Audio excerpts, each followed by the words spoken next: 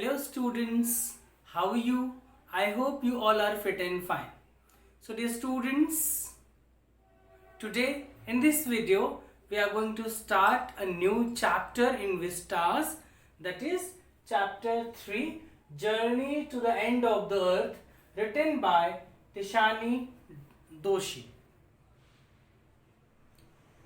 Before beginning the lesson, as we always do, first we are going to discuss about the author, her work and her achievements. Then we will discuss about the lesson, and then line by line explanation of the lesson will be done. So let me show you on your screen through a PPT. Let us discuss about the author Tishani Doshi.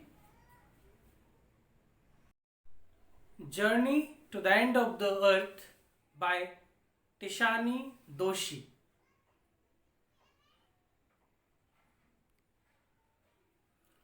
Know the author? Tishani Doshi is a writer and dancer of Welsh Gujarati origin. She was born in Madras, now it is Chennai, India, in 1975. She studied business administration and communications at Queen's College, Charlotte, North Carolina, and gained a master's degree in the writing seminars at Johns Hopkins University, Baltimore. She moved to London in 1999, becoming assistant to the advertising department of Harper's and Queen magazine in 2001. She returned to India, where she became a dancer with the choreographer Chandralekha. She also works as a freelance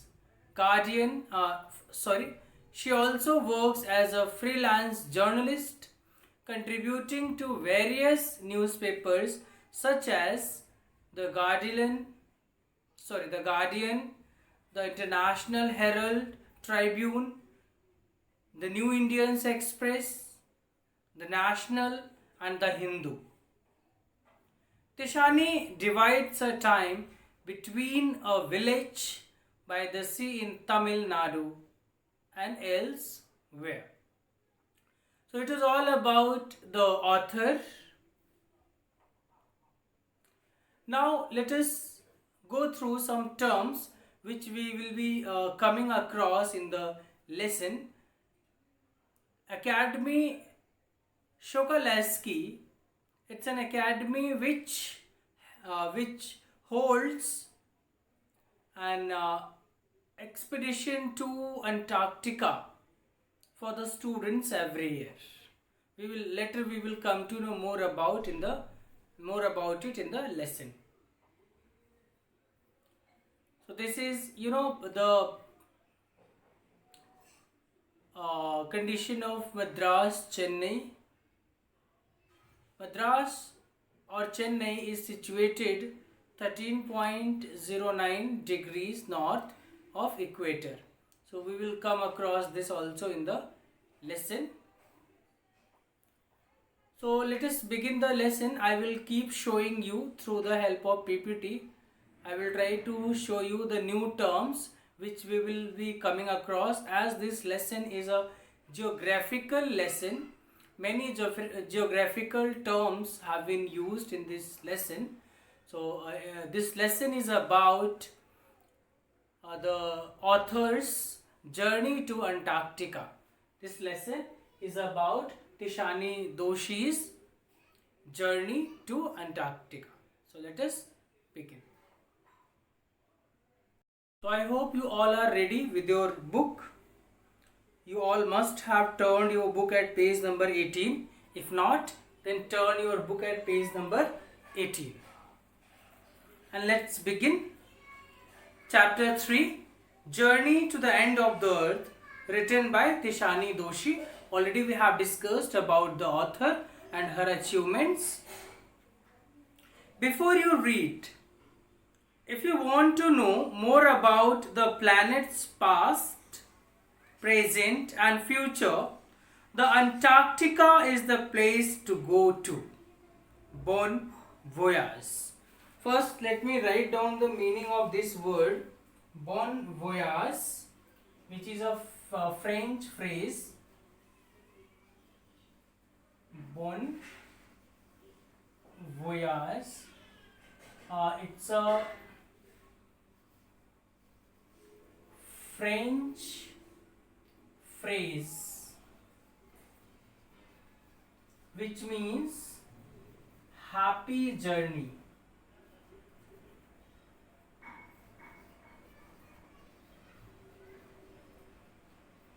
Okay, bon voyage, it's a French phrase which means happy journey.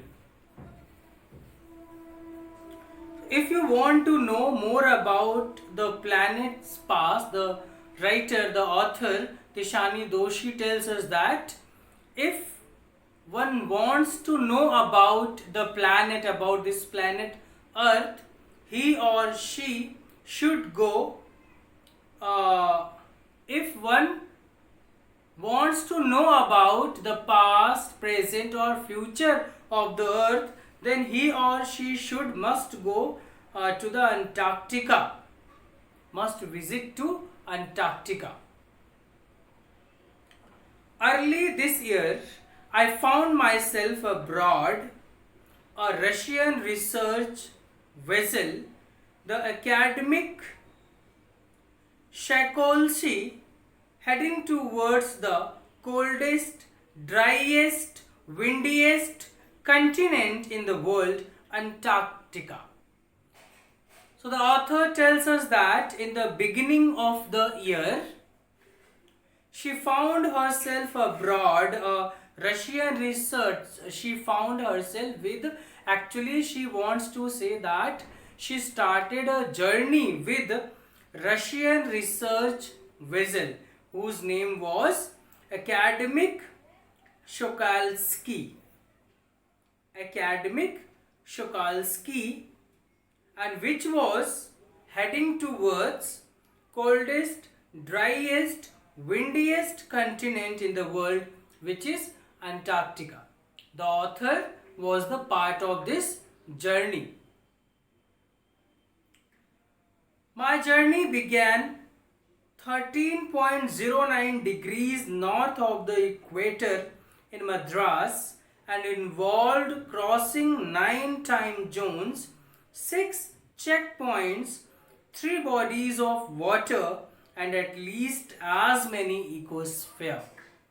Further, the authoress tells us that during her journey started 13.09 degrees north of equator as Madras or Chennai. It is situated at 13.09 degrees north of equator.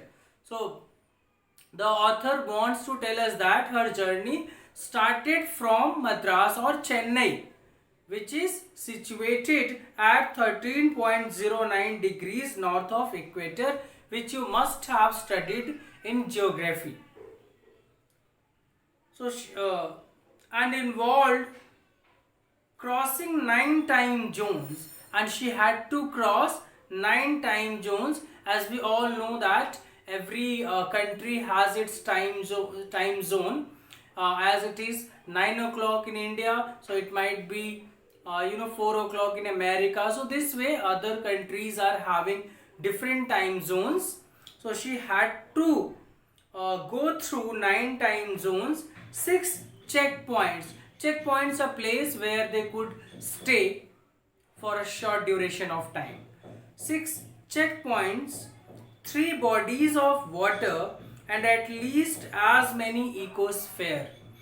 So right in the first paragraph, the writer, the author tells us that she started her journey to Antarctica with Russian research vessel whose name was Academic Shukalsky, and during her journey to Antarctica, which she started from Madras, Chennai, she had to go through 9 time zones. She had to cross 9 time zones, 6 checkpoints, and 3 bodies of water, at least as many ecosphere. Ecosphere, we all know, we have studied about it in geography as well as in science.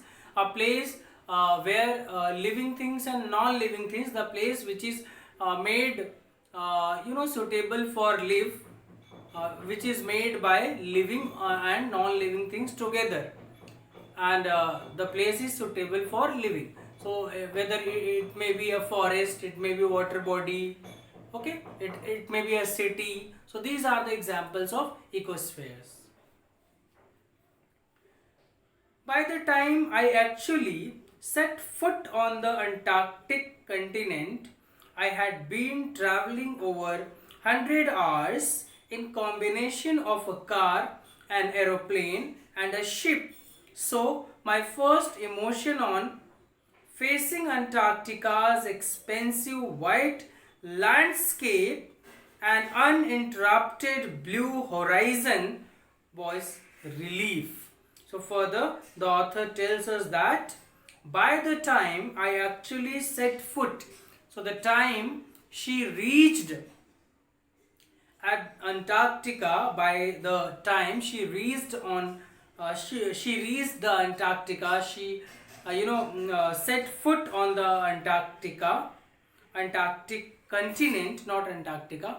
By the time she actually set foot on the Antarctic continent, she had been traveling over 100 hours in combination of a car.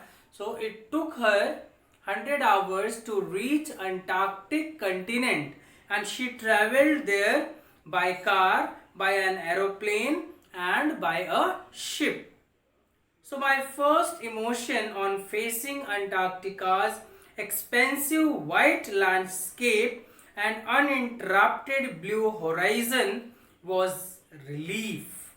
So his first emotion when she saw Antarctica's landscape, expansive white landscape and uninterrupted blue horizon, was relief. So when she saw Antarctica's white landscape and uninterrupted blue horizon. Blue horizon, as you have studied in geography and science book, it is a place where the sky and earth seems that they are meeting. It seems that the sky and the earth, they are meeting.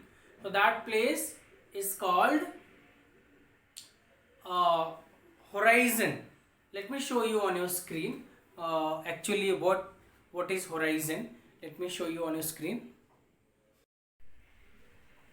Before showing you horizon, let me show you the time zone. So let us go through what actually the time zone is. We all know about it, even though a time zone is a region of the globe that observes a uniform standard time for legal, commercial, and social purposes. A time zone is a region of the globe that observes a uniform standard time for legal, commercial, and social purposes. Time zones tend to follow the boundaries of countries and their subdivisions because it is convenient for areas in close commercial or other communication to keep the same time. Okay, so in the world there are different types of time zones. In this map you can see time zone map of the world is being shown on your screen. So this is what I was talking about, horizon. So this is expansive white landscape uninterrupted blue horizon, about which the author is talking in the lesson. So this is what the author is talking in the lesson. Expansive white landscape, uninterrupted blue horizon. Okay, so it seems that the earth and the sky is meeting here. So where it seems that the earth and sky is meeting, that place is called horizon. So this is expansive white landscape, uninterrupted blue horizon of Antarctica, which the author is talking about. Okay, so by the time I actually set foot on the Antarctic continent, I had been traveling over 100 hours in combination of a car, an aeroplane and a ship. So my first emotion on facing Antarctica's expansive white landscape and uninterrupted blue horizon was relief. So when the author came across the expansive white landscape and uninterrupted blue horizon, so it was a big relief for her, because now she had reached Antarctica. She had reached the Antarctica. Okay.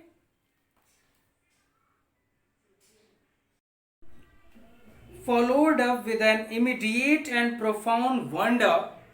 So further, when she saw the scene at Antarctica, she was shocked to see that expansive white landscape and uninterrupted blue horizon. Okay, and followed up with an immediate and profound wonder. Profound means, very intense, or very deep. Profound. Profound means very deep or intense.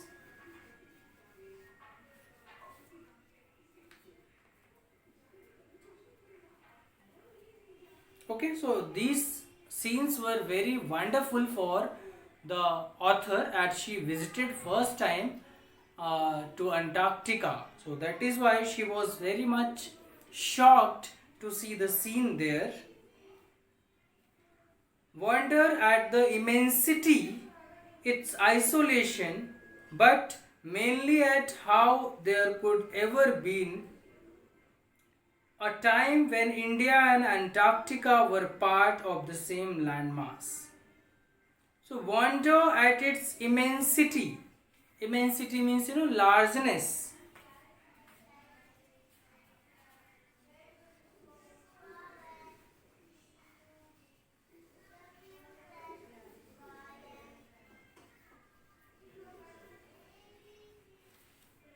Okay.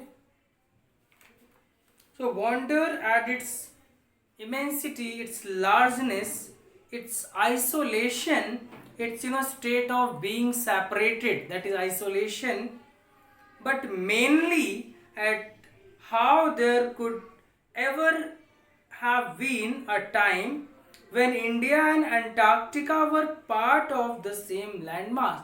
And the most shocking thing for the writer to believe that once Antarctica and India were the part of same landmass. So it was very hard to believe for the author. Now, part of history. Let us move towards part of history. 650 million years ago. Now, the author starts telling the history of Antarctica. She tells 650 million years ago, a giant amalgamated means united.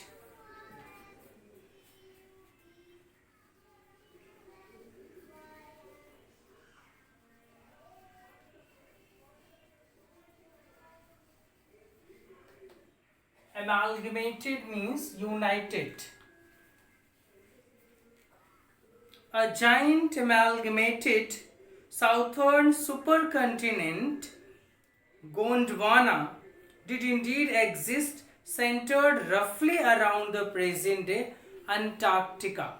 Further, she tells us the history of Antarctica, and she says that 650 million years ago, a giant amalgamate southern supercontinent, there was a giant, there was the existence of giant united southern supercontinent, which was known as Gondwana, did indeed exist. See, here she emphasizes that yes, it was exactly exist, centered roughly around the present day Antarctica, and it was just in the center where in the present day Antarctica is situated. Things were quite different then. So those days when this Gondwana, this supercontinent Gondwana was in existence, then the things were quite different.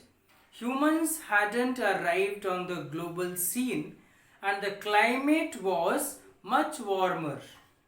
So till then there was no existence of human being.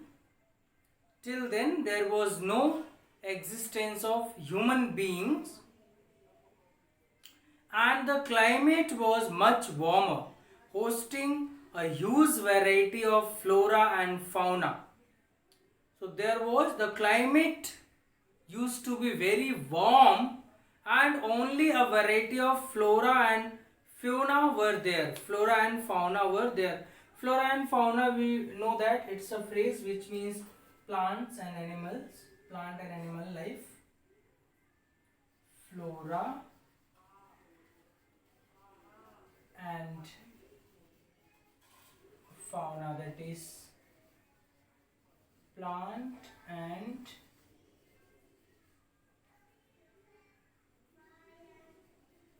animal life. Okay, so only there were a variety of plant and animals life. There was no existence of human being. When this Gondwana existed, there was no human existence of human beings on this globe. Climate was much warmer, only flora and fauna were there. Flora and fauna were there. For 500 million years, Gondwana thrived, but around time when the dinosaurs were wiped out and the age of the mammals got underway, the land mass was forced to separate into countries, shaping the globe much as we know it today. Further, she tells us that for 500 million years, Gondwana thrived. For 500 million years, Gondwana, that supercontinent, flourished. But around the time when the dinosaurs were wiped away, by the time when dinosaurs started dying, when they died, when they disappeared, and the age of the mammal got underway. Then age of the mammals started when dinosaurs wiped away, when they disappeared, then the age of the mammals was starting. It was in underway. The land mass was forced to separate into countries. Then that land mass separated into different countries, shaping the globe much as we know it today. And the globe took the shape of the part which we know today, which presently exist, this earth where we live. So earlier it was a supercontinent Gondwana, but later it separated and it divided into countries, and it took the form of the earth, which is on which we live on the present day. Took this The earth took the form of the present earth. Okay. Now next paragraph. To visit Antarctica now is to be a part of that history. So to visit Antarctica, if you want to know the history, then you should visit Antarctica. Further she said, as in the beginning she said, if one wants to know the present, past and future of this planet, then he or she should visit Antarctica. To visit Antarctica now is to be a part of that history. To get a grasp, let me write down meaning of some word. Right, thrived in last paragraph, that is flourished.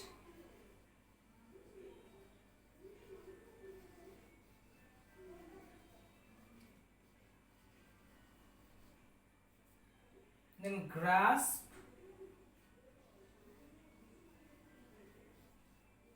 means understanding.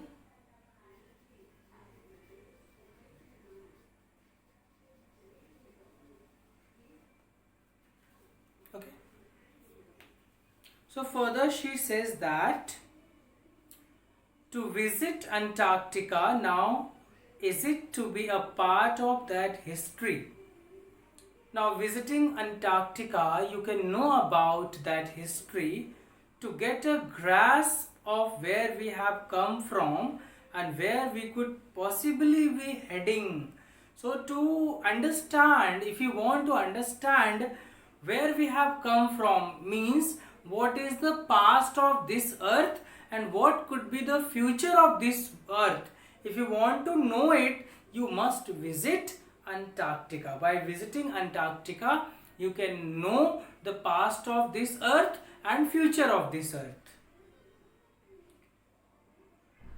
It is to understand the significance of Cordilleran. What is Cordilleran? It's mountain ranges. It is a geographical word. It's a scientific term. Cordilleran.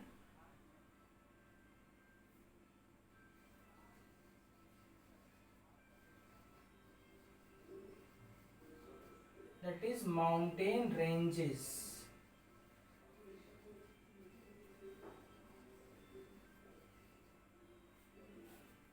Cordilleran means mountain ranges. Okay. So it is to understand the significance of Cordilleran folds and Precambrian granite shields, ozone and carbon evolution and extinction. So by visiting Antarctica, one can understand the significance, the importance of mountain ranges and Precambrian and Precambrian, a duration of formation of the earth. It is about 4.6 million years ago. Okay. So formation of the earth which took place 4.6 billion years ago. So this duration, this period is called Precambrian. Granite shields, ozone and carbon evolution and extinction.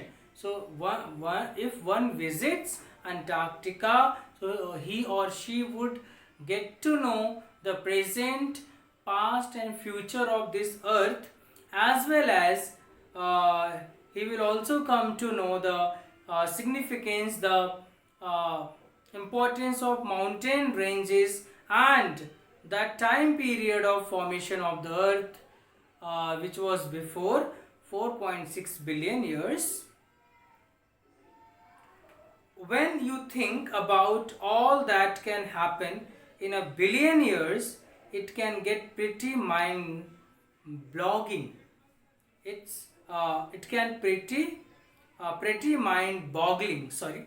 So when you think about all that can happen in a million years, if you are thinking that these things happened just a million years ago, so it can get pretty mind boggling. So it can be very surprising when you visit there. So mind boggling means very surprising. I'm writing here. Mind boggling. Mind boggling means very surprising.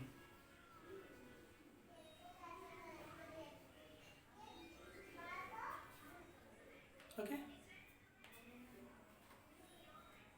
So if you think about all that can happen in a million years, if you're thinking that it can happen in a million years, then it can get pretty mind boggling, then it will be very surprising.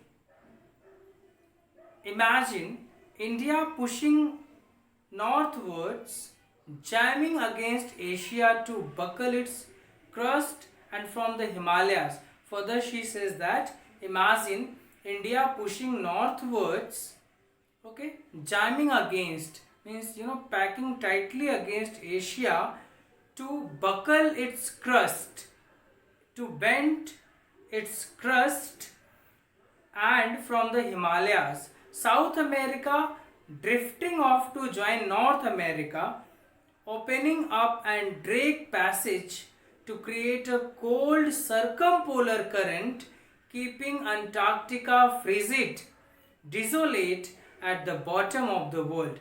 Further, she says that she tells us that imagine India pushing northwards, packed tightly against Asia due to the force, due to the bending of its crust, and from the Himalayas, South America drifting off to join North America, opening up the Drake Passage. Drake Passage I will show you, on your screen. It's a passage which is between Antarctica and North America. I'll show you. To create a cold circumpolar current.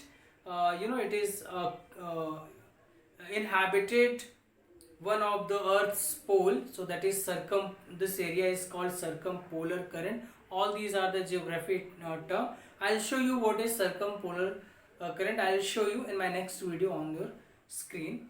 Keeping Antarctica frigid, keeping Antarctica an extremely cold place, desolate. Desolate means empty of people and at the bottom of the world. Okay. So it's all about this video, dear students. I'll explain this paragraph once again in my next video, and I'll show you also some picture related to these terms because without the help of pictures you won't be able to understand these terms. Okay, so thank you for watching. See you tomorrow.